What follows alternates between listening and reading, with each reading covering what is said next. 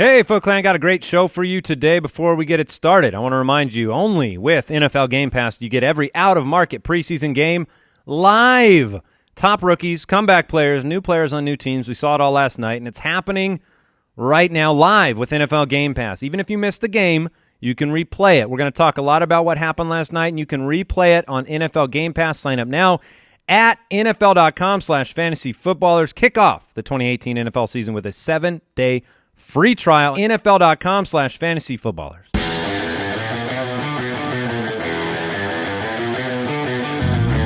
Welcome to the Fantasy Footballers Podcast, coming to you from Draft.com Studios with your hosts, Andy Holloway, Jason Moore, and Mike Wright.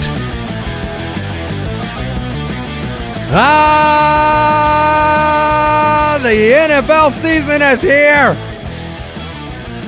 Sort of. None of that Hall of Fame game stuff. We got real preseason football. Real preseason football. If you're on the YouTube, you can see we have a special guest today. I'm sitting here with Saquon Barkley. No?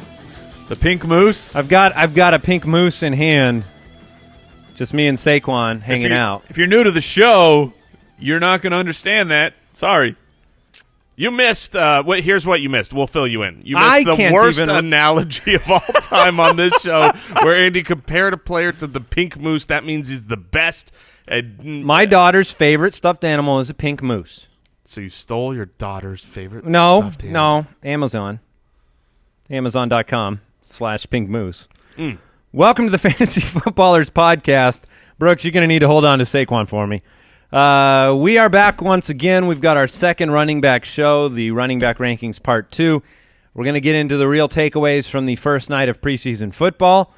Is it just me, or were you kind of like wanting to take in every possible play, but you can't take them all in at the same time, so there's like a little bit of panic and you're just breathing football last night? Preseason is very difficult because you can't sit down with the master command of just, if you have multiple screens, get every game on, and they're replaying things. Things are moving slowly.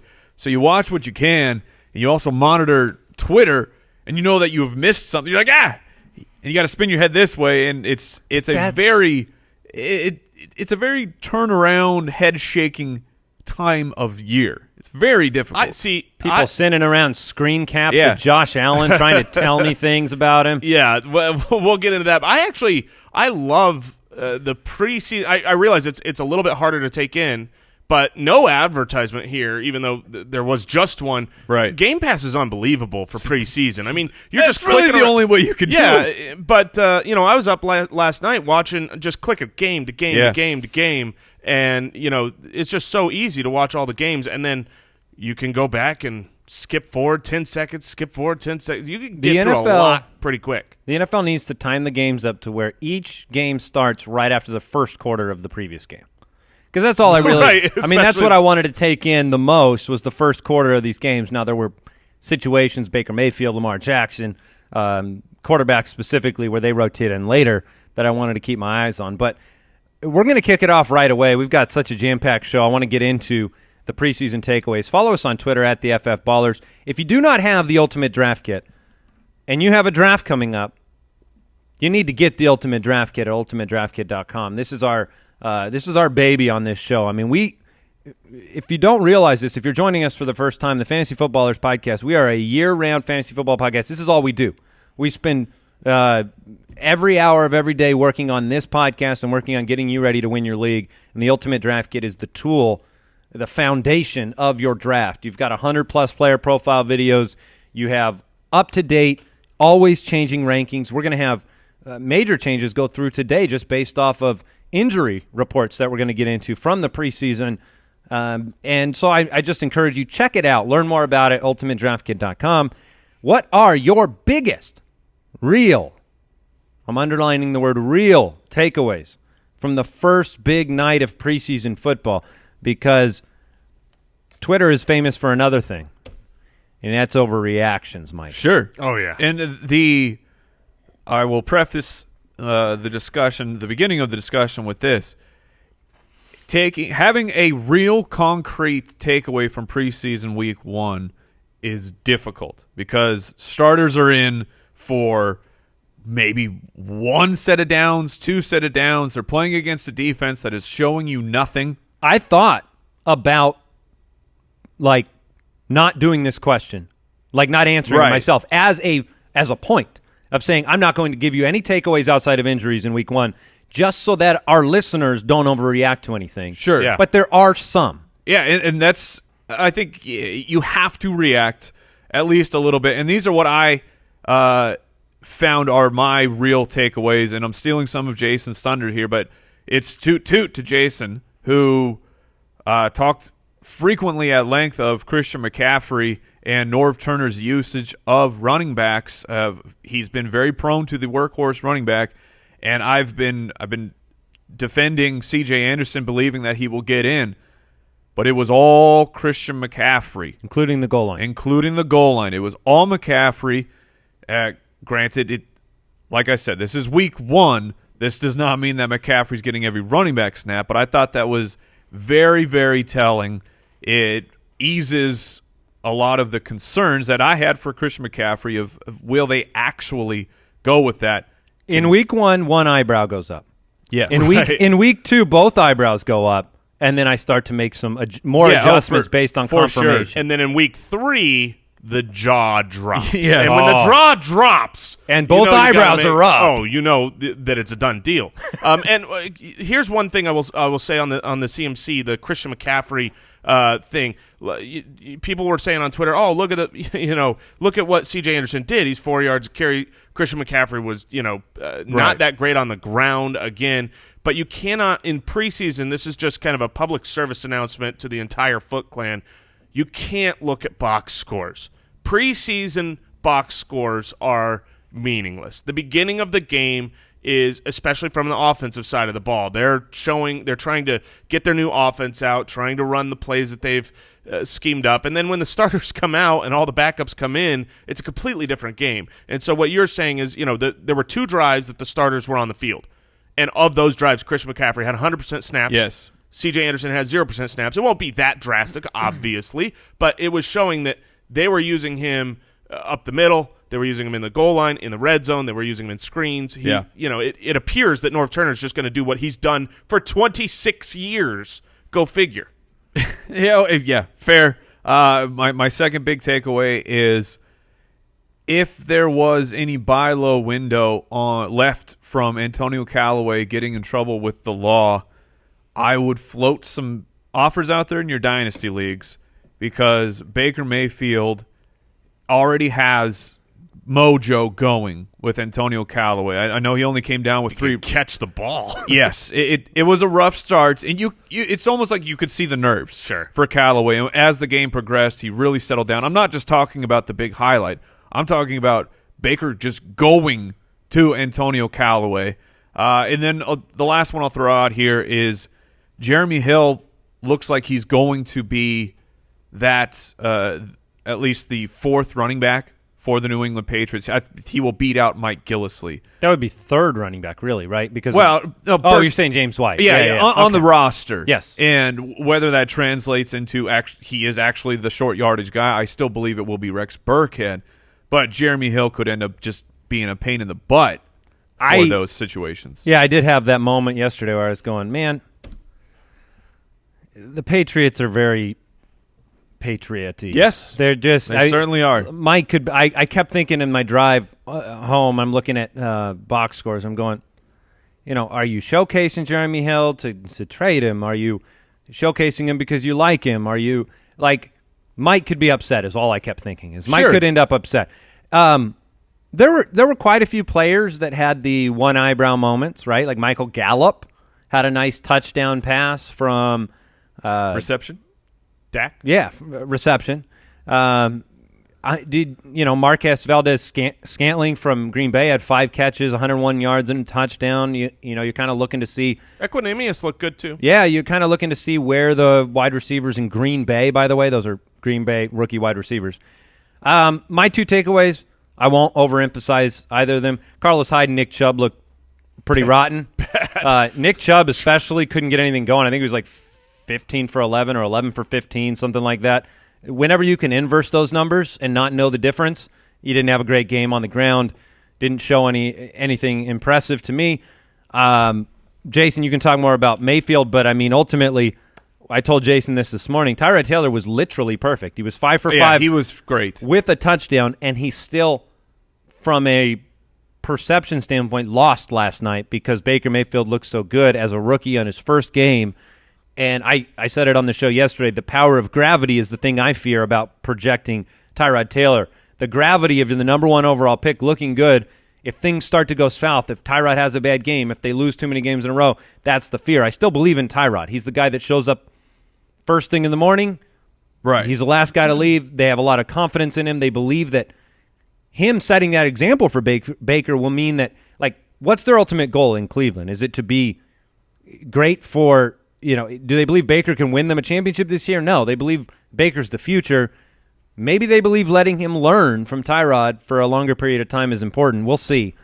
But the other one I want to bring up is just Josh Allen, because I'm a little bit frustrated by Twitter. I'm frustrated by the narrative around Josh Allen, and I'm frustrated even like somebody who I respect immensely, Warren Sharp, who went out and put amazing content on Twitter last night. Every play from Tyrod, every play from Pat Mahomes, every play for Lamar Jackson, video profile. And then the post about Josh Allen is a screen cap of him falling backwards on his 7th play from scrimmage. He had 19. It was funny. It was funny. but it fulfilled the narrative because the quote was something like Josh Allen being Josh Allen. I watched every play from Josh Allen. I felt like it was a nice debut. He made multiple above-average elite NFL throws.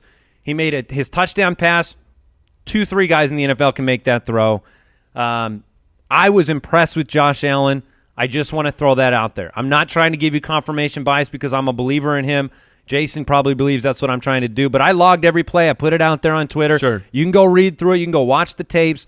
2 errant throws out of 19. It didn't fulfill the narrative to me. And just to qualify that, one of those errant throws was not the touchdown, the 60-yard out of bounds throw, right?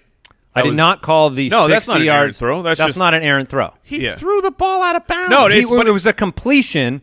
Therefore, it's not errant. An errant throw is a ball that you were qualifying as a Cam Newton airmail by 4 yards. He completed every one of his screen passes. He completed every one of his underneath passes. He threw a touch. I'm just saying you can't call an incompletion a completion. I didn't. It says incomplete on my game log. Yeah. Incomplete, out of bounds. Well, no, but like 10 seconds ago, you just said it was a completion. I'm qualifying errant. All right. It's not an errant throw if the ball is completed to the player. Sure. And I will say I watched it. I watched every one of Josh Allen's throws as well, and he had a couple plays that the touchdown pass was incredible, and there was one where he was rolling to his right off his back foot.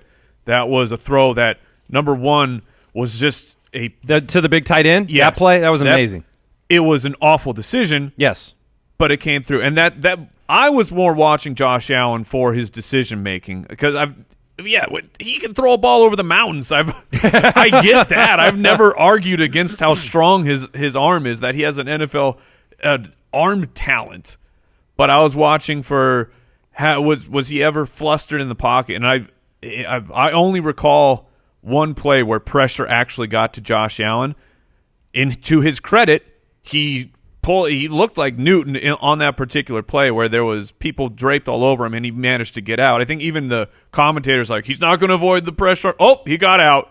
So that's to his credit. But at the same time, where if you want to, because the comparison's inevitable, but Baker's night and Josh Allen's night, Baker was under pressure frequently. Yes. Josh Allen was in a very clean pocket for the majority of his snaps. Before I hand the torch to Jason for his takeaways, don't get me wrong. I am bringing him up solely. He's not the hill I want to die on. The Bills are awful. I think they're going to be awful. I'm sorry, Bills fans. I do. I don't think you're going to be great this year. I don't think you have the weapons. I don't think it's like if you look at Pat Mahomes' situation walking into his first starts and what Josh Allen faces, I don't want to die on the Josh Allen hill. I'm only bringing him up because I was tired of seeing the narrative fulfillment with screen caps on Twitter. I'm just telling you what I believe. If my eyes told me something different, I would believe something different. Jason, you're up. Yeah, so I've got a million notes from week 1 or the first night of real preseason games, but the only one that I'll bring up that I think is relevant to just continue paying attention to was that Peyton Barber was the starter. He got the first drive. He looked great. He ran well. They moved the ball down the field over and over. He was picking up good yardage, and then he got in the end zone on a great run, in the red zone. So he was great, and then Rojo comes in the game, and they throw him a nice, easy screen pass that he looks like he does not know how to catch and dropped it to the ground. So now I'm not saying that to scored a touchdown. I'm not saying that to fulfill the Ronald Jones is a bust thing, but it's not about Ronald Jones. It's about Peyton Barber. Peyton Barber did nothing to lose where he currently is at right now. Okay, let's get into the news.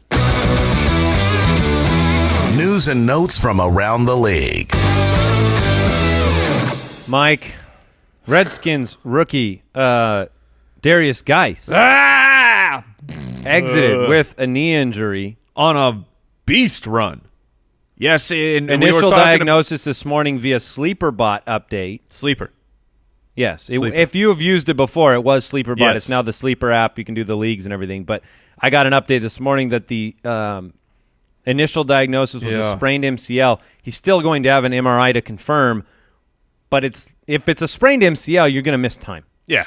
You're going to miss probably most of the preseason just to be safe, right? You don't want a chance to re-injure him. He looked great on that run. Yes, there was holding, but he was, when you get him in the open field, he creates yards after contact. I would say this, Rob Kelly's been left for dead in fantasy football, but it appears he's the clear next man up. Yes. Over Samaje. Yeah, he would be the starter. All right, more injury news. Marlon Mack exited with a hamstring injury. We don't know how much that's going to limit him in the coming weeks, but it is a concern. Bobby. Well, Bobby Turbin's no, it's not Bobby. Turbin was next man up, but he's suspended to start the year. So, and who was next? Jordan? Nope. Who was next? I didn't get to watch that game. Christian Michael. Come on. Look, the Christian Michael special. Oh, Mike. Necessity. Mike. Mike. No, you can mic me all you want. No, I'm C-micing you. If Marlon Mack is hurt, and we talk about all the time on this show, hamstring injuries are the worst. Yeah. The worst. That's not what you want to see in the preseason. If Marlon Mack's hurt. And Robert Turbin. This is not an if he is. This is Robert Turbin's missing 4 games. Christian Michael, as of now, is the next man up. Just saying.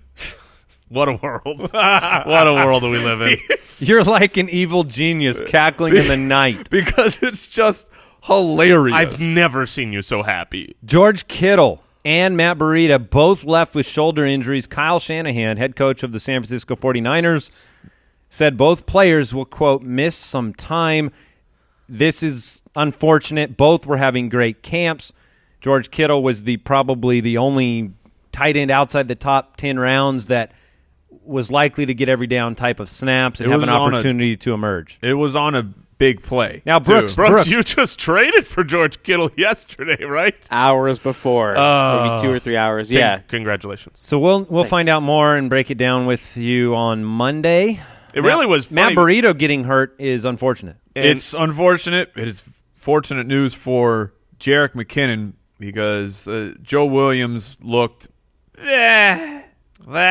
Well, Jerick McKinnon looked the same. I mean, one of my notes, and he's I'm the not starter. Sure, I'm not going to put a lot of stock in it week 1, whatever, but Jerick McKinnon ran exactly like Jerick McKinnon ran when I always hated Jerick McKinnon. He's a freak athlete, but it's like, wait, why didn't you go there? Why didn't you, burst now? Like, didn't he have like 3 carries? Yeah, I mean, it was just the first drive. But my point was not like that's why I said I don't want to overreact to it.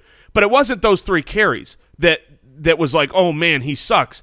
The 3 carries reminded me exactly of the 50 to 100 carries that he's had when he had the opportunity to start in other teams, where it's just so frustrating because there's opportunity there and he lets it down. But then Breida goes down and McKinnon is as safe as it gets right now from a volume standpoint.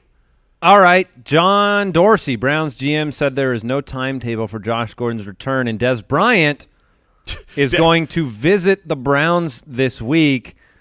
Did you see the timing of the tweet? Oh, look, 100% Des Bryant was watching 100%. watching the game and going, Tyrod ball's out. Tyrod looks pretty good. Baker comes in, ball's out. And then Des goes, tweets, he's like, I'm coming to Cleveland for a visit. It was unbelievable. Because you know what? That's what I would do too. I guess they looking all right. Looking all right.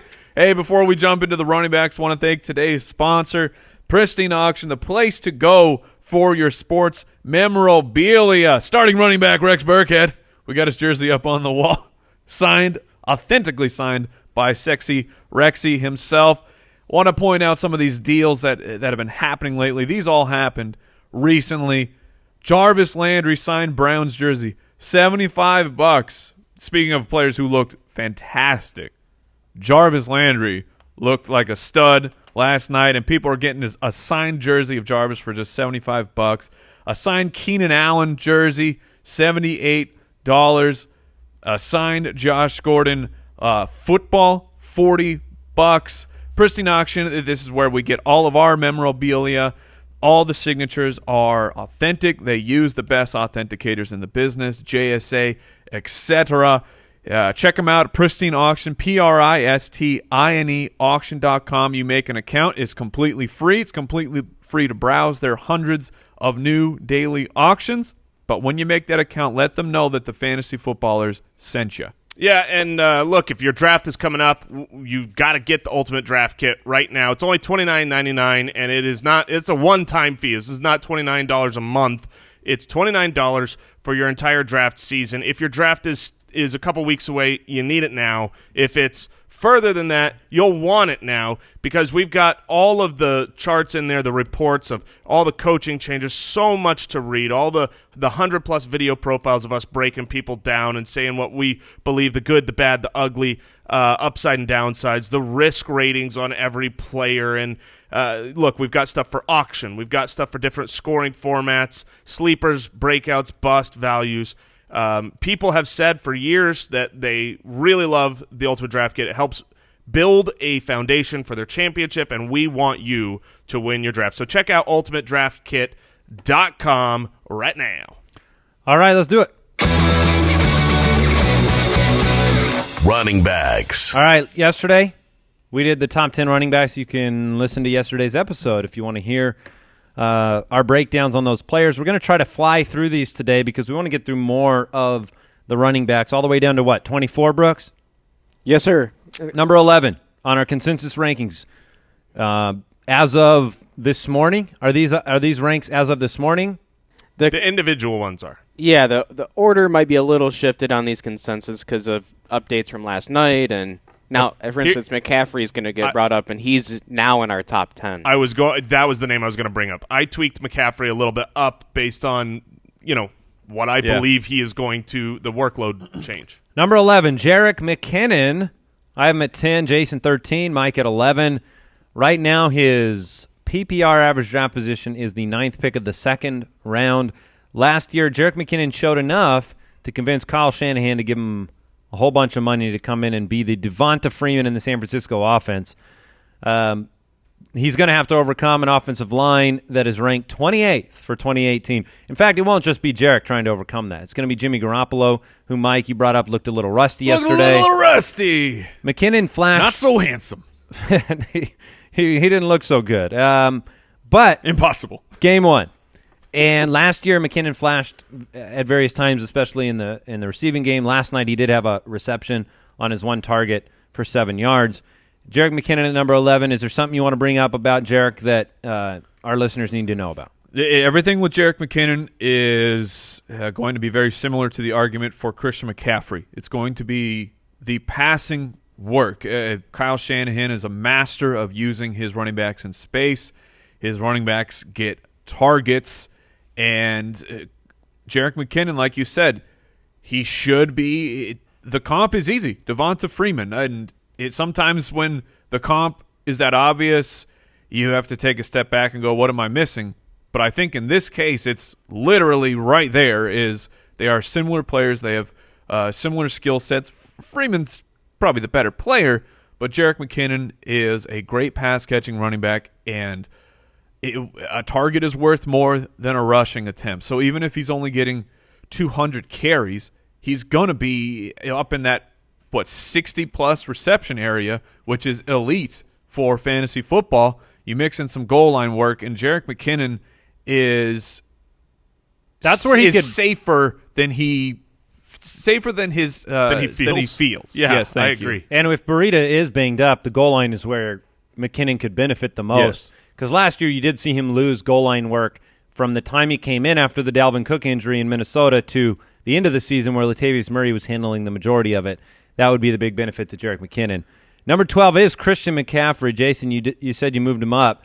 I have him at 9. Jason, is this where you moved him to? You have him at 9 as well? Yes. And then Mike has him at 12 currently. He will more than likely move up for me too. So based on seeing the workload last night, the utilization in the red zone. Yes. Last year, 117 carries for 435 yards and 2 touchdowns on the ground, but 80 receptions. Woo!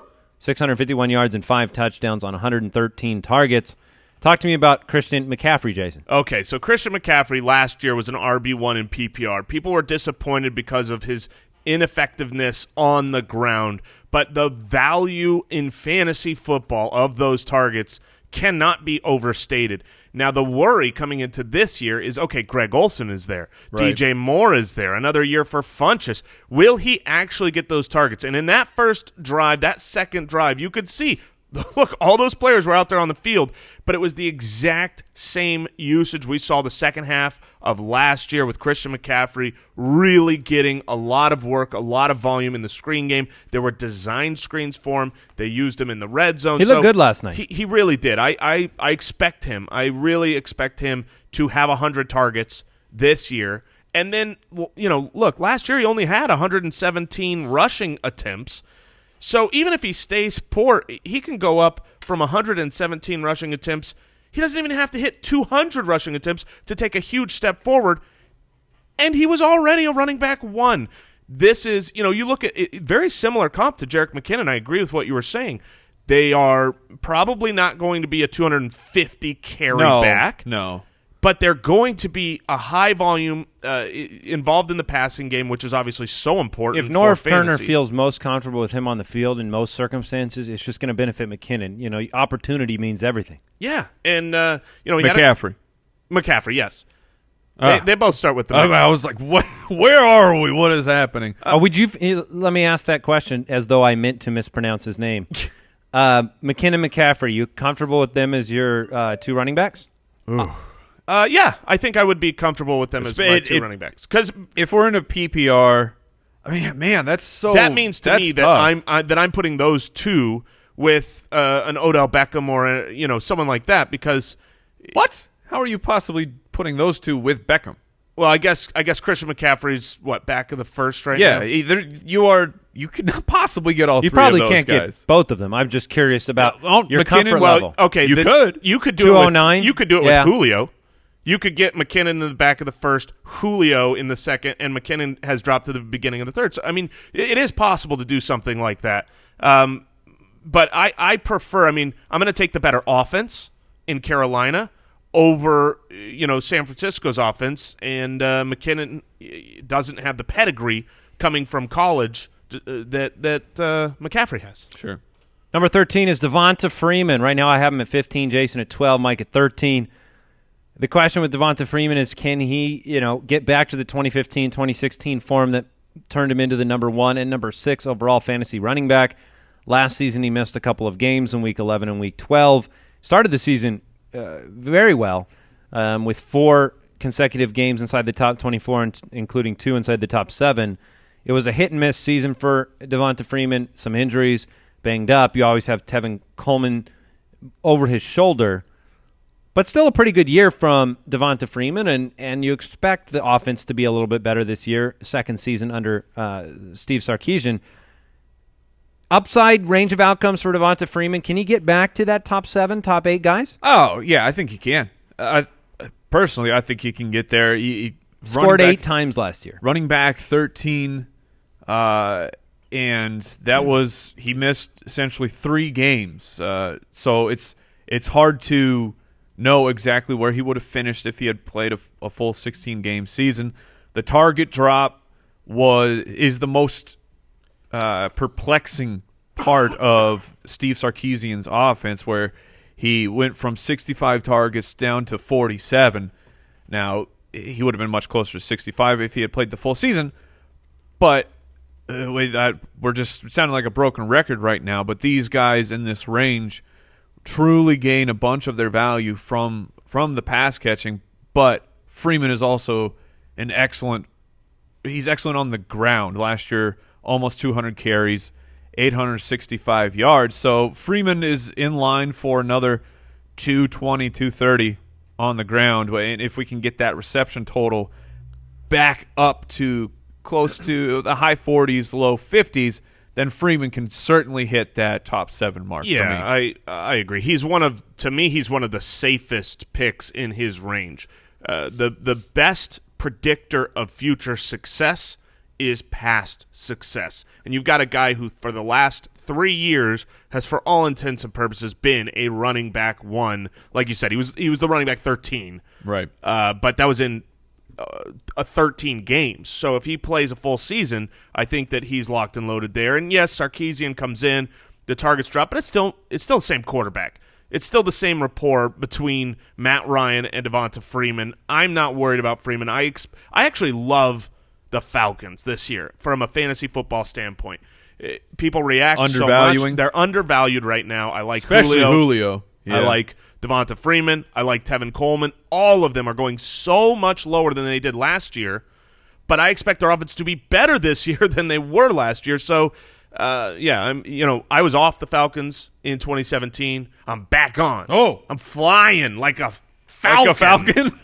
Now I gotta circle back here. Now I gotta give Warren Sharp credit because 43 minutes ago he finally posted every single attempt from Josh Allen. There we go. See, he so does Warren's good work. A great dude. Oh, he's awesome. No question. But we're back. 43 minutes ago he All did right. that, and last night we got screen caps. So I'm just reining it in. Number 14, Joe Good Mixon. for you, Andy. Joe Mixon. Yeah. Number 14. Number 1 in your heart, Jason? Careful. Dude, Jason. look, he gets me a little hot and bothered. I'm just saying, I get a little heated.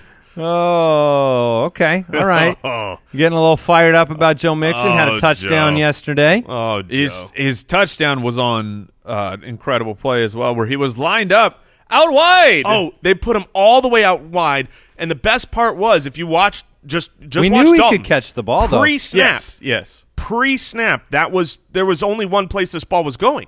I mean, Andy Dalton grabs the ball, turns to his right, throws, and it's not a screen pass. This is a route. He runs like a 6. This is the hot and bothered music. This is your love letter. Oh, my love letter. Joe, listen. I really expected big things last year from you, and I don't blame you. The Bengals were historically bad. The amount of plays they ran, historically low. The amount of rushing attempts, truly historically unbelievably low. It can't be repeated, even if they tried. And you're so good. Joe, you're so fast. Please write me back. Please write me back, Joe. I am a full believer in Joe Mixon. Are you moving him up from 14 overall in your individual rankings? I took a look at my rankings, and I'm not moving him up from there. He has the ability, in my opinion, to finish as the number 1 running back. He's got that level of talent because he can be used around the goal line and in the passing game. Here's a little known fact about Joe Mixon. I'm seeing this in our notes Brooks put in there. Last year, 178 carries, 626 yards, 4 touchdowns on the ground, but 30 receptions. Oh, 30 receptions this is good. for 2,870 yards. Yeah, Joe. Man. Wow, I missed Brooks that. had the look of such disappointment there where he forgot the slash in between the end of those receptions and his 0 touchdowns. I was going to say, we missed something. He's number 1 now. But no, the offensive line has to hold up for Joe Mixon to be successful, but he has so much potential. And the thing about Joe Mixon is he is a 3-down type of guy. They are, like you said, even if Gio's around, The future is Joe Mixon. Gio is around. He's around, but efficiency-wise, Joe Mixon was even better than Gio last year. So if they like him and they want him on the field and he's the future, there's upside. Number 15 overall, Jordan Howard. I think we all love Jordan Howard. We respect Jordan Howard's game. He's a banger. He had 276 carries. He's going to get the ball. He's probably going to drop a few targets, but we think he can get to 30, right? 30, 35? 30 receptions? Yeah, receptions. He could probably get there. I think he will get there this year. I've got him projected for 27, but, I mean, with all the extra work they're putting in and with the new coordinator, I think he can get to 30. He was a running back 1 or 2 in 50% of his games last season on an atrocious Bears team that did not run a lot of offensive plays either. Kind of the same story as Joe Mixon. That's the deal for Jordan Howard and why people are actually really excited for the potential of Jordan Howard this year. Running back 10 his rookie year when he wasn't even the starter for the first quarter of the season. Running back 12 this past season. And those were both bad teams. 9 touchdowns last year on a bad team is impressive to me. That tells me he can be a 12 to 15 touchdown guy if things went the right way. That's why people are excited. With Matt Nagy coming in, can this team turn it around? You have your alleged franchise quarterback. There are weapons everywhere. Didn't look good last night, though. He has not looked good ever to me. He looked good in North Carolina. Trubisky? Yeah, but it just – I was really excited, and granted, they didn't play a lot of their starters. He kept having to target Kevin White, which has not That's not worked fair out to do to somebody, right? But no, Trubisky looked bad, which sucks because I think the whole offense looked out of sync. That's for sure. You didn't see anything that made you go, "Yeah, Matt Nagy, you've changed things." I'm so excited to see Jordan Howard. And then he didn't play, and they rested their guys. I thought for sure that Jordan Howard and Cohen they would be playing because this is their second preseason game, but no. LaShawn McCoy at number 16. Right now, his average draft position is the 4th pick of the 3rd round. Last year, 287 carries and another 59 receptions on the stat book for LaShawn McCoy. The offensive line was not good last season. They don't project to be good this season. And he was stuffed the most times in the NFL of any running back. Now, this is a product of when in doubt, hand the ball to Shady. I mean, they didn't have much else on offense. They probably don't this year either. Still had a very good season, an RB1 or 2, 62.5% of the time, an RB1, 43% of the time.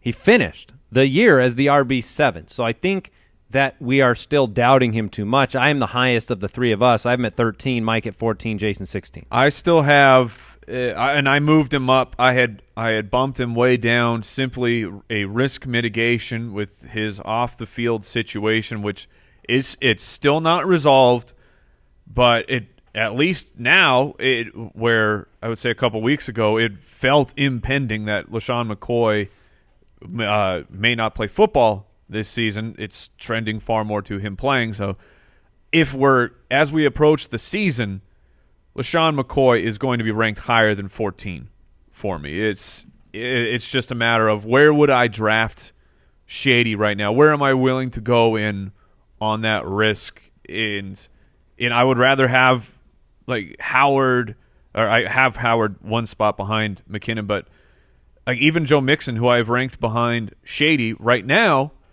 just because of what could happen. And what could happen to Shady is he doesn't play football at all this year. No, we're not You're lighting your pick on fire. Yeah, not he's suspended for a few games. It's he literally does not play, and you have just thrown your 3rd or 2nd round pick into the garbage. All right, I really, really want to talk about – oh, no, we have one more guy before we get to the guy I actually want to talk about. Number 17 is Derrius Guice. I think we are all going to drop him based on the news, the fact he's going to miss some camp time. We can still wait for the MRI to confirm what the timeline looks like for Derrius Guice. He looked great on the field. I'm coming out with my 32 bold predictions article, and I was pretty close to putting Derrius Guice as a top 10 running back. So it's disappointing to see injury maybe get in the way of that, but we don't know enough. I mean, what is there to say about Guice other than that he looked good and he got hurt? That's exactly the takeaway. he is the monster I believe he can be. But now, as a rookie, you have to work your way up to the top of the depth chart unless your name is Saquon Barkley. Yeah, we didn't bring him up because he looked like Saquon Barkley. Because then you come out and your first touch is a 40-yard carry or whatever it was on an incredible play. But second-round picks, they have to work their way up, and Guice was no different. I think he's going to have to work his way up, and you miss camp, you can't do that. Can't make the club if you're in the tub. Yeah, he did look good. Again, if you're just joining us now, I don't expect him to be a pass catching back in the NFL. He'll get 25, 30 balls, but I think 30 is basically his cap in this offense with Jay Gruden, with Chris Thompson there. So that's where I think we disagree. I've got him a little bit lower at 19. He can get it done on the ground. He's a talented running back, but I just don't project him to be one of those valuable. You talk about putting him in the top 10. He could do that. Alfred Morris did that without catching the ball. Jordan Howard's done that without catching the ball. So essentially your comp for Guice is Jordan Howard. Yeah, I think that's a good comp. Here's the situation I want to talk about, and it probably should have been – I don't know if it was a takeaway just from last night, but this is more of a trend that is happening. And I am rising immensely on Alex Collins, who comes in I love hearing you say that. 18. Ironically, I'm the highest on Alex Collins in our rankings, despite your love letters repeatedly. But here's why. Kenneth Dixon did not play last night. He took the field. He's hurt. He took the field in full uniform during pregame warmups. Then he wasn't suited up by the time opening kickoff came around. He's been banged up. Alex Collins, he only had 2 carries, but he ripped off a 23-yard run last night, and he's the guy. I want to be very clear. He's the guy. Sometimes I do trade offers real quick in the preseason. Alex Collins is one of those guys that last night, with the way it's trending for Kenneth Dixon, with the fact that, the gap between Alex Collins and Javorius Allen, Buck Allen, is very big to me. Alex Collins is the guy on a team that wants to run the ball, and he's good. Yeah, I agree. The concern was that Dixon would threaten that, and he's not going to. I agree with all of those takes, even saying there's a big gap between Alex Collins and Buck Allen. But Buck Allen is a thorn in your fantasy. In your butt. But in your now butt. You messed me up. What do you mean? I nailed it. He's a thorn in the buck. He's a thorn in your buttocks, and he's going to be obnoxious. Assuming that the team moves on from Dixon, you're going to look up and go, boom, PI, pass interference in the end zone. Alex Collins free touch. Buck Allen. Yeah, Buck Allen will be a little bit annoying, but played Collins well. will be. You're going to see a value pick. I'll predict the value pick. You're going to see Buck Allen in 2-minute drills. He'll be the only running back on the field. Yes, that's the kind of thing you're going to see, and you're going to be like, man, where's Alex Collins? And it's going to be Buck Allen because they trust him and third downs. Yeah, and third downs. Buck Allen's a sneaky pick right now. Here's a tweet from Ben Cummins last night. If you don't follow Ben Cummins, he's on our Fantasy Footballers DFS show, does a lot of writing for him at Ben Cummins FF. You should give him a follow. For us. Yes, for us. He does a lot of writing for himself. He writes to himself. Ever heard of him? No, this is his tweet, and it got my eyeballs. Last year, Buck Allen saw more targets per game than Rex Burkhead and Devonta Freeman, more total opportunities than Derrick Henry and Tevin Coleman, more red zone carries than Leonard Fournette, Alex Collins, Derrick Henry, and Alvin Kamara, same amount of 10 zone carries as Jordan Howard. Yes. What? Do you know who? He will be obnoxious. His photograph is in the corner of T.J. Yeldon's mirror. That's who he looks up to. Like, T.J. Yeldon wants to be that thorny. Yeah. That's the same comp for me. Number 19 and number 20 on our running back consensus rankings, Jay Ajayi, Rashad Penny. I feel like I've talked about Rashad Penny we've talked about him. Yes. We're not skipping him. No, we're not. But Jay Ajayi kicks it off. What do you guys want to say about Ajayi and Penny? Ajayi, he's been a slow roast to slow burn for me over the offseason of what I believe that he can do for fantasy football. But you're the highest on him right now of our group. But with his offensive line being dominant, I'm very confident in Jay Ajayi. Where he's going in the 4th round right now. Yeah. So both Jay He's the Ajayi first pick in the 4th, I think. If Brooks is correct, which we know from the 2,000-yard Mixon situation, he's not always accurate. He's actually going behind Alex Collins. Not that I see a huge gap between those guys, but both of them those are the running backs in the 4th round that I'm very interested in. Yeah, I think he's a great pick there. I have him at running back 25, and I feel like that is definitely too low. Philadelphia does not pay up for running backs historically. He's on a contract year. Unless you're Ryan Matthews. They will use him a lot on a great offense with a great offensive line. He looked good last night. He had one breakaway run. And you know who else looked good last night? Corey. Oh, yeah, Clement. Corey Clement. Yeah, we did it. 5 for 30, 6 a carry. Just saying, he looked mighty fine. Ajayi looked great too. But you're right, Mike. Pro Football Focus projects the offensive line in Philadelphia to be numero uno. So he was what? 5? For those of you that don't speak Spanish, that means number 1. Rashad Penny. Yo soy El Nino. Rashad Penny at 20. His current average draft position is 509 in PPR leagues. It's even lower in standard leagues. And Rashad Penny is dropping due to Chris Carson fire. I love it. I love that he is dropping. I can finally get me some Rashad Penny. Him and Chris Carson, if you watch that first drive, they were both in on it. They were going back and forth. A lot of the times you see whether or not you see some plans. Like, is this like in Green Bay? Green Bay last year, Green Bay preseason, they give a drive. It's like Jamal Williams gets this drive, then they're going to put in Aaron Jones or they're going to put in Ty Montgomery. This was like if you want to grief, drive. If you're going to grief Jerick McKinnon, you got to grief Rashad Penny. 8 carries for Rashad Penny. He gained a total of 16 yards. McKinnon had negative yards on 3 carries. All I'm saying is that be fair to your player because Rashad Penny, this is the problem, right? This is not a good offensive line. Right. Chris Carson averaged 6.5 a carry on his 4 carries last night. Rashad Penny averaged 2 a carry on his 8 carries. If you watch the film, I think that he showed very well on the touchdown pass at the end of the drive. It was Rashad Penny's pass protection that opened up Russell Wilson to be able to find Vanette. Who did he find? Dude. Look, I immediately went and had to do some research because Vanette was one of my takeaways. He was looking Vanette's way all the time. However, that's also because Ed Dickson is not even playing right now. Ed Dixon's not. It's so. Vanette.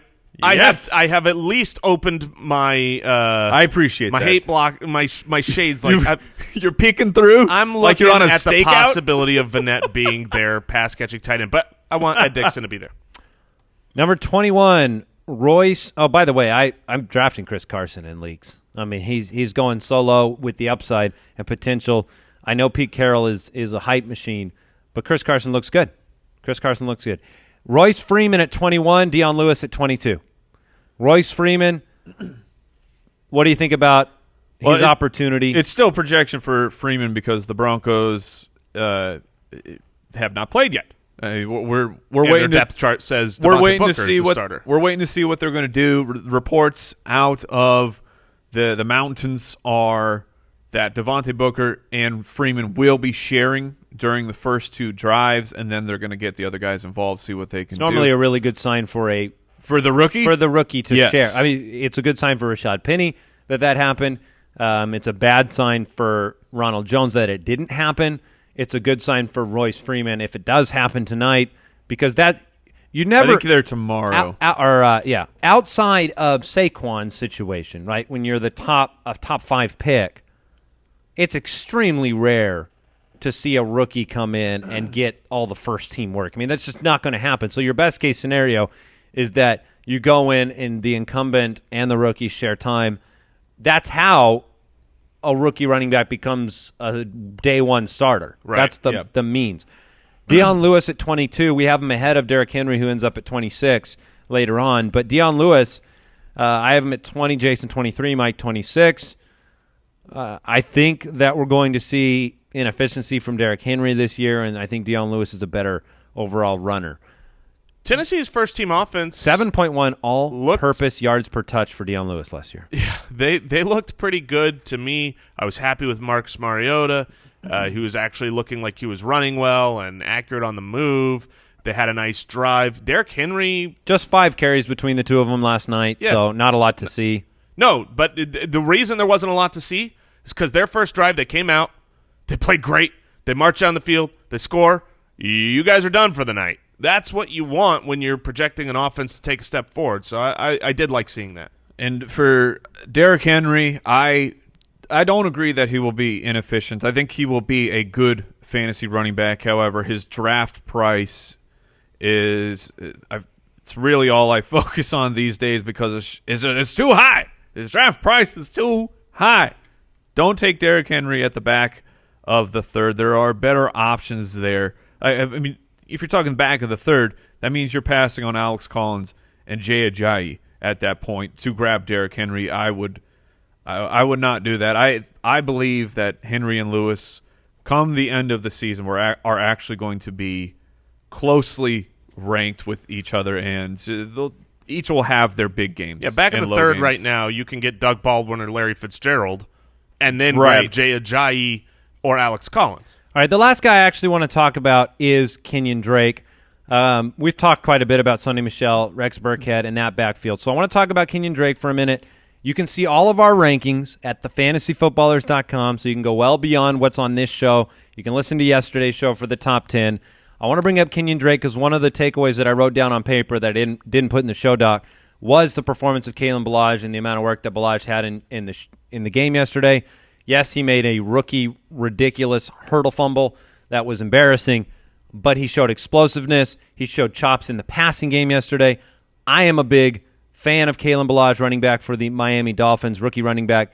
When I was asked on the Fantasy Pros podcast yesterday who I would regret drafting, I brought up Kenyan Drake's name for his current draft position. So between Drake, Gore, and Ballage on a team that I don't think is going to have a lot of fantasy weapons, I'd love to hear you guys weigh in on what you saw from Ballage last night, Mike. Jason, what do you guys think about the situation for Kenyan Drake and company? Kenyan Drake, to me, looked good, and then they took him out of the game pretty early and gave everything to Ballage, who showed a lot of what he showed in college. He's explosive. He's a guy that's got to get ahead of steam, though. I mean, it's one of those, if you get him early, he goes down early. If you let him get ahead of you, it's going to be hard to catch him. But honestly, what I saw from Drake was Gore wasn't there, but he was a starter. He looked good. He was using the passing game, using the running game, and I've always, since college, thought Kenyan Drake is an exceptional talent. If you look at the run that he went on last season when he was the starter, he was exceptional. So I'm actually rising on Kenyan Drake, and that's nothing against Kalen Ballage. It's not an anti-Ballage take. That's just I believe Kenyan Drake is clearly the best running back there. Yeah, I don't see a situation, though, where Drake's going to get all 3 downs. I mean, I agree with that. He won't. So, I don't think so you're then drafting if he him split, as a 3-down guy. Right. Ballage had three catches yesterday for 23 yards. I think he's going to rotate in at times, and then if Gore and Drake are sharing time on first and second down, I mean, do you think Drake has third down on lockdown? I think Drake. I don't. I think Drake has double the receptions that Ballage has on the season. Mike, you watched the game. What did you think? For me, it's not just watching the game for Miami because Jason said it. Gore wasn't out there. I agree that Drake is the best running back on the team, but the usage is why I am avoiding him. So right now, going in about the middle of the 4th round, those 2 names again, Alex Collins, Ajayi, I would much prefer one of those guys over Kenyan Drake, even if the ceiling for Drake is actually higher than those 2 running backs if he hits, if they really commit to giving him more snaps and that passing down work when he had, the run, 3 straight games of top 10 running back performances. He showed a lot last year, but it's concerning with the pieces that they have added around him. All right, it is Friday, which means Best Ball Bonanza, brought to you by Draft. Cool. All right, well, what are we doing on the Best Ball Bonanza today, boys? Today we are talking about late guys in best ball that we find ourselves gravitating towards 17th, 18th round. Give you a couple players. names to target at the end. Hey, guys, real quick, what's best ball again? Oh, Thank Brooks, you, you don't know Judge. what best ball is? No, What an idiot. No, it's my first time. I'm a new listener. Man.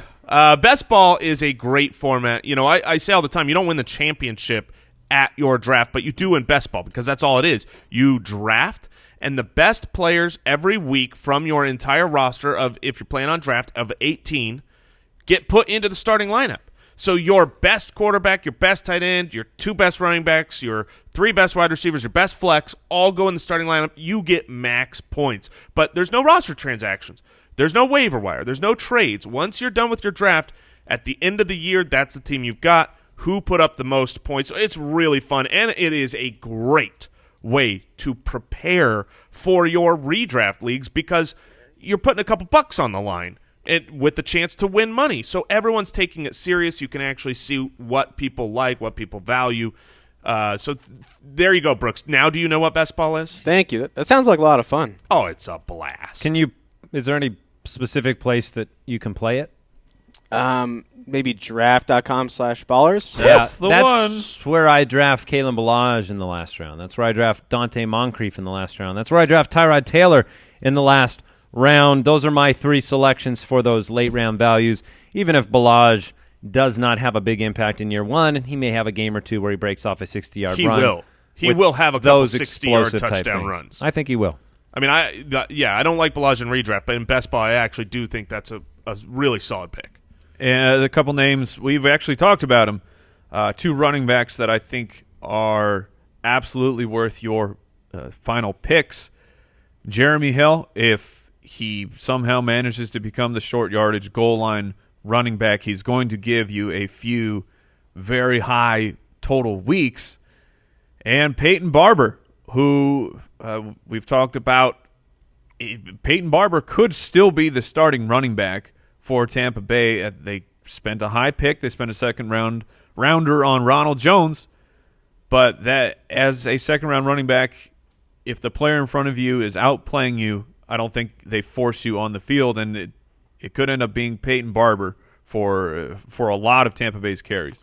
And I'm going to throw out, for my last round pick or 17th, 18th round, I'm going to throw out a couple wide receivers because I think you should have more wide receivers than you probably expect in best ball, and the haven't proved it yet wide receivers with immense talent are around at your last pick. John Ross is the 194th player off the board. He'll probably rise, but if you're drafting now, he's a great pick. Taywan Taylor, we don't know what Rashard Matthews' injury is, but he's a great pick. Dante Pettis and James Washington, a couple rookies that will definitely have a few long bomb touchdowns, I think, through the year. And should anything happen to the starters ahead, be thrust into great position. So, I like to grab a wide receiver like that with my 18th pick. And you just to follow up on the best ball, I've been live streaming at least one a week, and people are asking, how can I get involved in that? And it's draft.com/ballers. Get that account ready, and generally Tuesday afternoon or Wednesday afternoon, I will tweet out. I will give people about 20 minutes heads up saying that the link is coming, and then you better be ready. Those fill in about 10 seconds. That is not a lie. It takes about 10 seconds for them to fill, so you better be following us all on Twitter. Yesterday we had a bit of a scare around the office. I'm going to share this as we close out today's show. The judge himself, Judge Giamatti, our producer, our leader behind the scenes, jack of all trades. Guys, he was in court. He was. And he wasn't pulled over. He wasn't dragged in. He was summoned. And look, we summon the judge all the time. Mm-hmm. His wisdom is known to all. He's great at making rulings, and they said, oh, yeah, what a great juror he would It just makes sense. So he got called in for jury duty yesterday, and the court, they said, hey, August 10th's a good time to call in the producer for a fantasy football podcast. August 10th's a good day. And so we were on pins and needles as Brooks waited down there to find out if he would be. And the sad thing for us is we knew he'd be such a good judge. He would be so fair. He's such a good judge. But luckily we have him back today, Brooks. Welcome back. Thank you. I took the gavel and just said.